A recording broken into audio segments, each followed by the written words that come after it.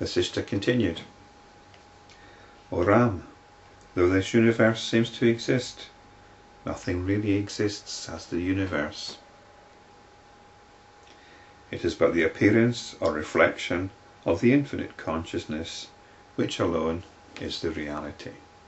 Infinite consciousness alone is the reality. So it's like there's something reflecting in this consciousness, or this awareness.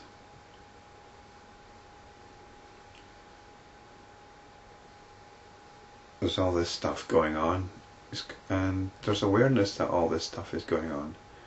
And when you've got awareness that there's stuff going on, there's only stuff going on.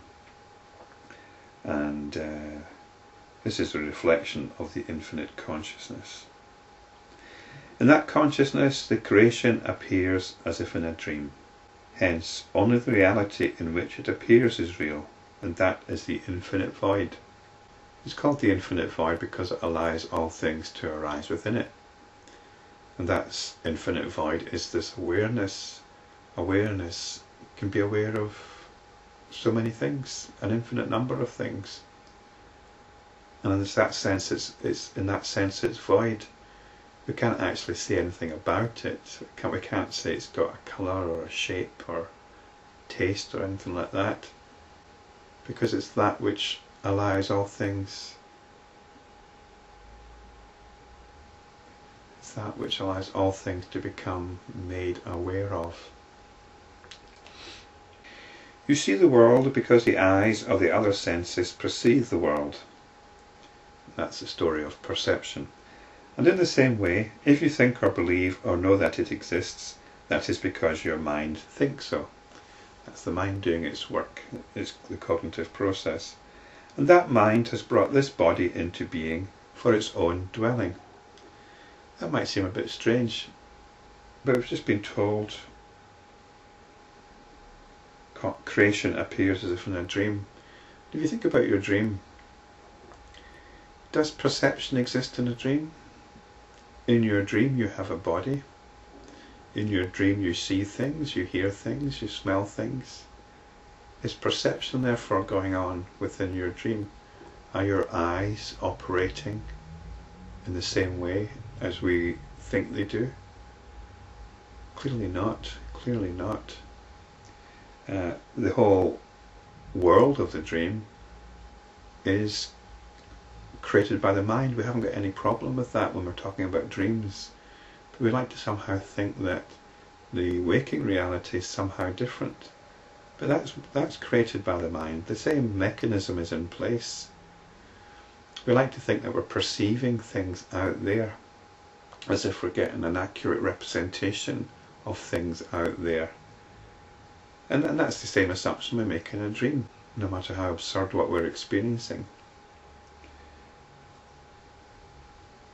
So it's all a story. Perception is a story. All our notions and beliefs about what's going on are stories. All the powers that are inherent in the mind and by which this world has been brought into being are found in the infinite consciousness. Hence the sages have declared that the mind is omnipotent. We like to think of omnipotence as belonging to some supreme deity. But if you think about it, isn't the dreaming mind omnipotent? It can create anything. Anything can happen in a dream. And it very often does.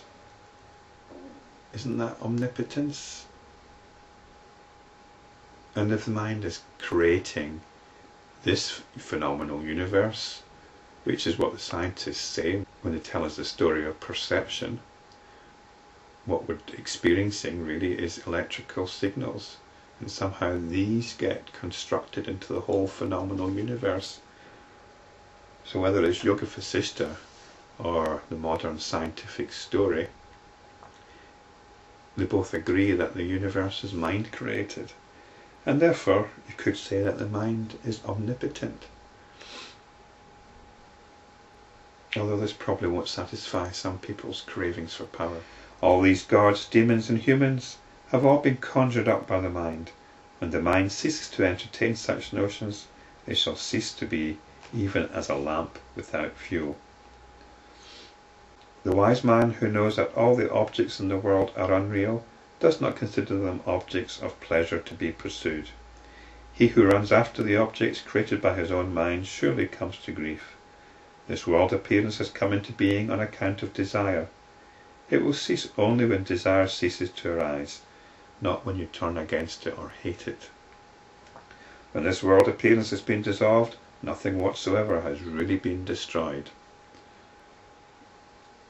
It's like the realization that something is a mirage. You've not really lost anything whatsoever, nothing's been destroyed. You've just changed your relationship to what appears to be going on. If an unreal appearance has vanished, what does one lose? If it is utterly unreal, then how can it even be destroyed? And why does one grieve over the unreal loss? Or if it were real, then no one could destroy it or make it unreal. From this point of view, this world is nothing but Brahman, the eternal truth. In which case, is there any room for sorrow at all? Similarly, that which is unreal cannot grow or flourish. For what does one rejoice? What does one desire then? When all this is indeed the one infinite consciousness, what does one renounce? That which was non-existent in the beginning, and that which shall cease to be in the end, is not real in the middle, in the present either. That which exists in the beginning and in the end is the reality in the present too. See that all this is unreal, including myself. Notions of an external world, notions of an individual personality, are no more than that. They are only notions.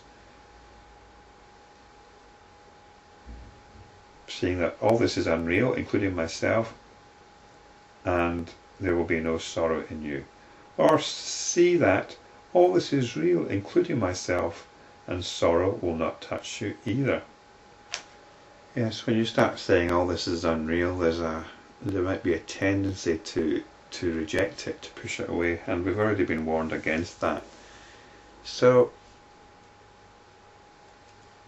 we can say that all this is reality presenting itself. So we don't need to push it away. We can actually take it all on board. It's all happening, and we can describe it as real or unreal. The main thing is not to get notions about it, and we don't want to even get notions about it being real or unreal. It's all unfolding, it's all happening, it's all becoming, it's all being.